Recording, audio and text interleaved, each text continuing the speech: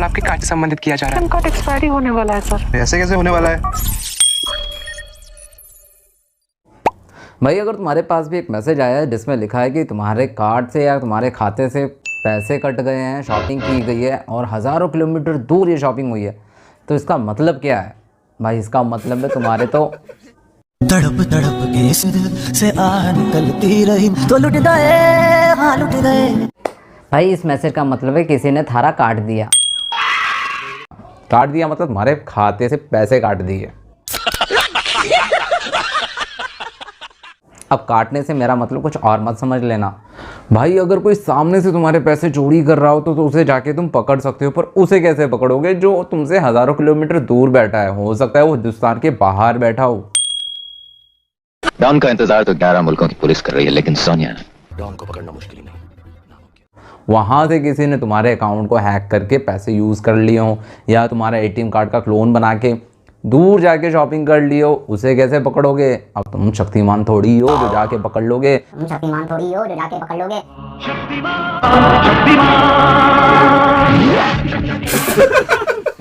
लाचार हो गए हो तुम तो भाई। तो ऐसे में ये मामला थोड़ा सा कॉम्प्लिकेटेड हो गया है क्योंकि चोर आपके सामने है नहीं, आप उसकी शक्ल जानते नहीं हो। तो ऐसे में अब आप कैसे वो पैसे ला सकते हो? सोचो कुछ आइडिया। क्योंकि यहाँ जो चोर है वो तो बिना आपके पास आए, बिना आपको टच किए, बिना आपका सामान चोरी किए डायरेक्ट खाते से पैसे ले गया है। ऐसे कुछ लोग कहते हैं जाने वाले कभी वापस नहीं आते, पर यह बात इंसानों पे लागू होती है। पर यहाँ बात है हमारे पैसे जाने की। तो मैं यहाँ बता दूँ कि पैसे वापस आ सकते हैं, पर उसके लिए कुछ ट्रिक्स हैं। आपके पास कोई तरीका नहीं है डेफिनेटली, तभी आप ये वीडियो देख रहे हैं। तो सवाल आता है कि अब क्या करें? पर जब पैसे चोरी हुए थे तो सबसे पहले आपके दिल में ख्याल क्या आया था? मैं तेरा खून पी जाऊंगा। तो ऐसा वैसा तरीका त्याग दो। सही बता रहा हूँ, बहुत ही खराब है। हम दूसरे तरीके के बारे में बात करते हैं। तो दोस्तों जैसे ही आपको पहला मैसेज दिखता है जिसमें आपको पता लगता है कि आपका नुकसान हो चुका है, तो सबसे पहले आप अपना फ़ोन उठाओ। किसी को मारने के लिए नहीं भाई, किसी को मारने के लिए नहीं, आराम से आराम से। तो यहाँ फ़ोन किसी को फेंक के नहीं मारना है, यहाँ आपको कॉल करना है। सबसे पहला स्टेप लेना है, कॉल करना है। कॉल किसे करना है? अपनी गर्लफ्रेंड को नहीं, ये ना ही अपने बॉयफ्रेंड को करना है, सीधा उस बैंक को जिस बैंक से आपके पैसे चोरी हुए हैं। कॉल तो कर दी, पर उसे कहोगे क्या? उससे ये नहीं कहना कि मेरे अकाउंट से ये हो गया। सबसे पहले उसे ये कहो कि भाई तू मेरा कार्ड ब्लॉक कर, मेरा अकाउंट ब्लॉक कर। अब एक्चुअली भाई सबसे पहले इंसान अगर युद्ध में जाता है तो ऐसे ही नहीं चला कूद पड़ता मैदान में, शस्त्र के साथ साथ वो अपना सुरक्षा कवच भी लेके जाता है। तो उसी तरीके से जब आपके पास पहला घात हो चुका है तो अब आपको सबसे पहले यहाँ करना है अपना बचाव। बचाव के लिए आपको क्या करना है? अपने खाते को ब्लॉक करना है, अपना एटीएम ब्लॉक करना है, ताकि उससे और कोई पैसा फ्रॉड ना हो जाए। एक बार जैसे कहते हैं ना, शेर के मुंह में खून लग गया तो अब वो छोड़ेगा थोड़ी। तो हो सकता है कि उसने एक हाथ मारा, अब उसका हिम्मत और बढ़ गया और वो सेकेंड टाइम क्या गारंटी कि ट्राई नहीं करेगा। तो सबसे पहले आप अपने पैसों को, बचे हुए पैसों को सुरक्षित करें और कस्टमर केयर पर कॉल करके अपने एटीएम कार्ड या क्रेडिट कार्ड को ब्लॉक कर दें, और हो सके तो खाते को भी अभी फिक्स कर दें, सील कर दें, कि ताकि उसमें से अभी और कोई पैसा ना निकले। अब उसके बाद ये काम हो गया, खाता ब्लॉक हो गया, बहुत अच्छा काम किया है। अब इसके बाद बात करते हैं सेकंड स्टेप की। हम स्टेप बाय स्टेप चलेंगे भाई, मैराथन नहीं है जो एकदम से भाग के पहुंच जाएंगे, सारे काम निपटा देंगे, नहीं। अपने दिमाग को ठंडा रखो, पानी पियो थोड़ा। उसके बाद क्या करना है? उसके बाद आपको जाना है बैंक में। वैसे तो आप बैंक और पुलिस स्टेशन दोनों जगह जाना होंगे, तो पहले बैंक में जाइए। बैंक में आपको क्या करना है? सबसे पहले आप अपना फ़ोन ज़रूर लेके जाइएगा जिसमें वो मैसेज आया था, और वहाँ से अगर कहीं इंटरनेट साइट में कहीं दुकान मिलेगी ना इंटरनेट वाले की, या जो साइबर कैफ़े होगा, वहाँ जाके ना जो आपकी स्क्रीनशॉट लेके उसका प्रिंट आउट ज़रूर निकाल लेना। 2 कॉपी बहुत काम आने वाली है आगे, 2 कॉपियाँ। वो कैसे काम आएगी वो मैं बताता हूँ। सबसे पहले आप बैंक में जाओगे। बैंक में जाकर बैंक को अपनी आप बीती बताना, बड़े दुख के साथ, खुश होकर मत बताना, थोड़ा सा दुखी, ताकि बैंक की सिंपैथी मिल जाए आपको। वैसे मजाक कर रहा था मैं। तो बैंक को आपको बताना है कि सबसे पहले कि आपके साथ कैसे कैसे मैसेज आया और ये आपने नहीं किया था शॉपिंग, पर फिर भी आपके अकाउंट से पैसे निकल गए हैं। तो उसके बाद आप वो स्क्रीनशॉट उन्हें दिखाना और साथ में पासबुक ले जाना मत भूलना। अब पासबुक का यहाँ क्या काम, तो मैं बता देता हूँ दोस्तों। पासबुक में आप अपनी 6 मंथ की ट्रांजेक्शन सबसे पहले अपडेट करवाएं, लास्ट 6 मंथ की, जिसमें वो ट्रांजेक्शन भी ज़रूर आए जिसमें आपके पैसे कितने निकले हैं, ताकि आपके पास लिखित सबूत हो कि हाँ मेरे साथ फ्रॉड हुआ है। ठीक है, बैंक आपको बता देगा कि हाँ इतने खाते आपके उससे निकले हैं, जो कि आप कहोगे ये मैंने नहीं किए हैं। हम किसके खिलाफ लड़ रहे हैं? अनऑथराइज ट्रांजेक्शन के खिलाफ। तो वहाँ आपको ये बताना होगा, आपके पास अब सबूत आ जाएगा पासबुक में। अब बहुत से लोग यहाँ ऐसे भी होंगे भाई जो अमीर हैं, जिनके ICICI, HDFC, इंडसइंड बैंक जैसे बैंकों में खाते होते हैं। अब ये लोग क्या करने लगे, आजकल नया ट्रेंड हो गया भाई, लोग ये लोग ना पासबुक नहीं देते। पासबुक इसलिए नहीं देते, सेविंग कर रहे हैं। क्या कहते हैं, ईमेल पे आपको स्टेटमेंट मिल जाएगी। तो उन लोगों के पास तो पासबुक नहीं, तो वो क्या करेंगे? तो ऐसे लोग भाई घबराए नहीं, उन्हें क्या करना है, उन्हें ऑनलाइन कहना है कि मेरी ईमेल आईडी पे जो आपने बैंक में रजिस्टर्ड करा रखी है उस पर आपके लास्ट 6 मंथ का स्टेटमेंट भेज दें। उसका आप प्रिंट आउट निकलवा लें, या तो हो सके तो अगर बैंक में अच्छे आपकी जान पहचान है तो बैंक वाले आपको दे देंगे, कोई बड़ी बात नहीं है। तो वो स्टेटमेंट ले लेना। अब बैंक में अब आपको एक लिखित कंप्लेन दर्ज करनी होगी, लिखित में देना होता है। वैसे तो आप किसी भी बैंक में जाते हैं, सरकारी बैंक में जाएंगे तो भैया खुद ही लिखना पड़ेगा सारा कत्था चिट्ठा। अगर आप लकी हो और थोड़े स्मार्ट हो और आपने प्राइवेट बैंक में अपना अकाउंट खुलाया तो वहाँ तो बस आपको बोलना है कि मेरे साथ फ्रॉड हुआ, वो सारी कार्रवाई खुद कर देंगे। उन्हें पता है कि भाई पहले ही इंसान दुखी होकर आया है, उसे और टॉर्चर नहीं करते वो लोग। वो खुद ही कंप्लेन लिख कर आपको बता देंगे कि बस आप यहाँ साइन कर दीजिए और आपकी कंप्लेन दर्ज हो जाएगी। मगर अगर आपका प्राइवेट बैंक में अकाउंट है तो डेफिनेटली आपको खुद ही ये सब कुछ करना होगा। तो आपको एप्लीकेशन लिखनी है, उस एप्लीकेशन में क्या क्या लिखना है वो मैं बता देता हूँ, थोड़े थोड़े पॉइंट्स। बाकी जैसे हम हिस्ट्री की क्लास में बना के लिखते थे ना, पेज भर देते थे, तो यहाँ भी लिखने को लिख सकते हो। जितनी डिटेल्स मतलब जितनी जानकारी साझा करोगे शायद चोर को पकड़ने में आसानी होगी। तो इस बात का यहाँ ख्याल रखना है कि आपको उसमें सारी डिटेल्स लिखनी है। पहली जो मैसेज आया उसकी जानकारी देनी है कि कितने बजे आपको मैसेज प्राप्त हुआ। उसके बाद आपने कस्टमर केयर में कॉल करके अपना ATM ब्लॉक कराया, उसकी जानकारी देंगे। उसके बाद आप ये भी बताएंगे कि अगर आपको लगता है कि वो किसी ऐप के थ्रू अगर मान लीजिए कोई फ्रॉड हुआ है, जैसे कि गूगल पे, पेटीएम, फ़ोन पे, बहुत सारी ऑनलाइन ऐप्स हैं यार, दिमाग में याद नहीं आ रही अभी, इतनी याद आई थी। तो अगर किसी ऐप के थ्रू आपको लगता है कि वो फ्रॉड हुआ है तो उसका भी जिक्र ज़रूर करें, वो भी बताएं कि इसके माध्यम से मेरा पैसा निकला है, या कार्ड के माध्यम से है तो कार्ड के माध्यम से, और क्रेडिट कार्ड के थ्रू है तो उसकी माध्यम से उसकी जानकारी दें। या आपको लगता है कि क्लोन बनाया गया है और आपने ATM यूज़ भी नहीं किया, किसी ATM से निकाला गया, मतलब कि फ्रॉड का जो भी सूत्रधार रहा हो वो पूरा उसमें बताएं। उसके बाद ये सारी कार्रवाई करने के बाद अपना एड्रेस प्रूफ ज़रूर लेकर जाएं। एड्रेस प्रूफ कौन सा होगा यहाँ ध्यान देना भाई, ऐसा ना हो कि आपने बैंक में खाता दे रखा था कि मैं तो रहता था पंत विहार में पर अब मैं रह रहा हूँ वेद विहार में, तो वो मैच नहीं होने का। तो इसीलिए वही एड्रेस लेकर जाओ जो एड्रेस आपने बैंक में जमा कराया था, अपनी फ़ोटो और एड्रेस प्रूफ, आधार कार्ड, पैन कार्ड, जो भी एड्रेस होगा।